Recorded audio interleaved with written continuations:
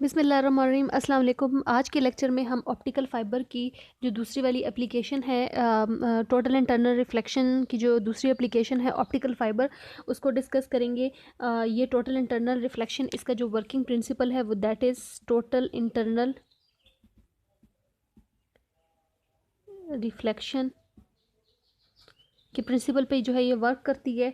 और अब हम देखेंगे कि और जितनी भी एडवांस टेलीकम्युनिकेशन है उसमें टोटल ऑप्टिकल फ़ाइबर जो है वो बहुत ज़्यादा यूज़ होती हैं। ठीक है, तो हम यहाँ पे सबसे पहले इसकी कंस्ट्रक्शन देख लेते हैं कि ऑप्टिकल फ़ाइबर जो है वो किससे बना होता है। टोटल इंटरनल रिफ्लेक्शन की जो किससे बना होता है, एक हमारे पास एक कोर होती है हाई ग्लास से या प्लास्टिक से, ग्लास या प्लास्टिक से ये बना होता है।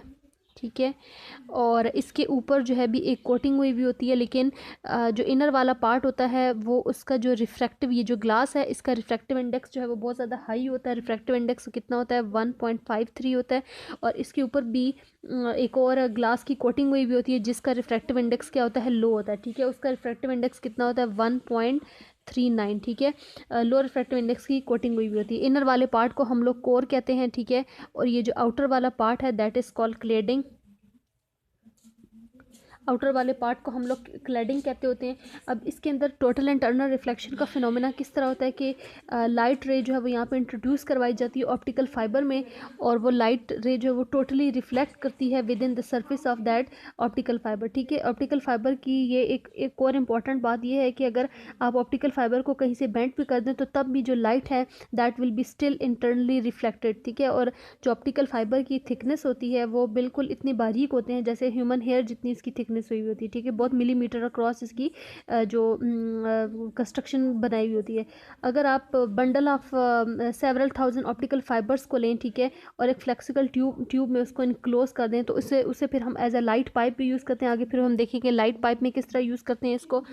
अब इसमें टोटल इंटरनल रिफ्लेक्शन का फिनोमेना किस तरह होता है, लाइट जो है वो किस तरह इंट्रोड्यूस कराई जाती है। ये हम लोगों ने यहाँ पे ले लिया एयर। ठीक है, एयर में से रे ऑफ लाइट जो इंसिडेंट करवा रहे हैं यहाँ से हम लोग रे ऑफ लाइट जो वो इंसिडेंट करवाते हैं। ठीक है, ये रे ऑफ लाइट जो वो यहाँ से इंसिडेंट करवा रहे हैं एट सम एंगल। इस एंगल को हम लोग कह देते होते हैं एंगल ऑफ इंसिडेंस।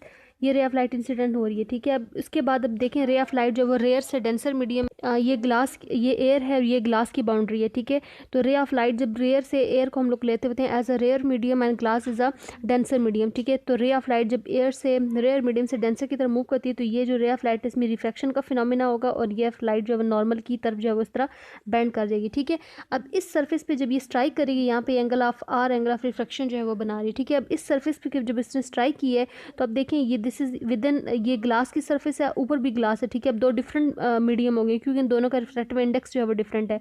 तो यहाँ पे हम लोग जो है वो जो एंगल लेते होते हैं, ये वाला एंगल जो है वो आपने ये जो ग्लास ली हुई है, ग्लास की क्रिटिकल एंगल से जो एंगल ऑफ इंसिडेंस है उसको हम लोग कितना लेंगे, ग्रेटर देन क्रिटिकल एंगल। ये वाला जो एंगल है वो ग्लास क्रिटिकल एंगल से ग्रेटर लेना है। अगर आप ग्रेटर लेंगे तो सारा का सारा जो हमने पढ़ा था, ये सारी की सारी जो रेज ऑफ लाइट है वो उसमें कोई रिफ्रैक्शन नहीं होगी, यानी यहाँ रिफ्रैक्शन नहीं होगी बल्कि सारी की सारी जो लाइट है वो क्या कर जाएगी, इस तरह रिफ्लेक्ट बैक कर जाएगी। ठीक है, अब यहाँ पे दोबारा इंसिडेंट टू इस सरफेस पे, तो ये वाला जो एंगल है ये भी आपने क्रिटिकल एंगल से ज़्यादा होगा तो दोबारा रिफ्लेक्शन, यानी टोटली लाइट जो है वो विद इन दिस सरफेस रहेगी, ग्लास की सरफेस के अंदर रहेगी।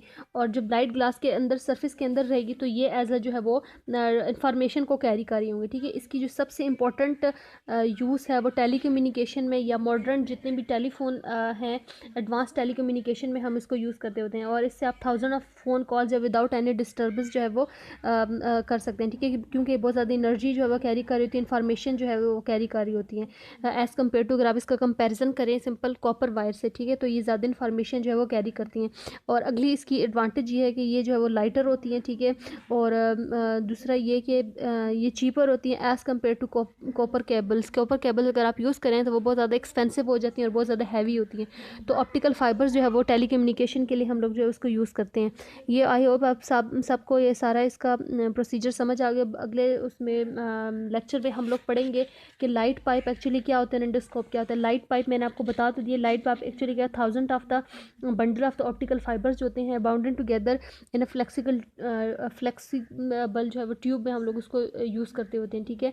तो वो लाइट पाइप जो है वो उसको कहते होते हैं कि कैसे आप इमेज को जो है वो इन्हेंस कर सकते हैं, या डॉक्टर वगैरह कैसे inside the body, human body अगर उसने डायग्नोस करना है किसी भी उसको, तो वो इमेज को कैसे देख सकते हैं, हम अगले लेक्चर में डिस्कस करेंगे।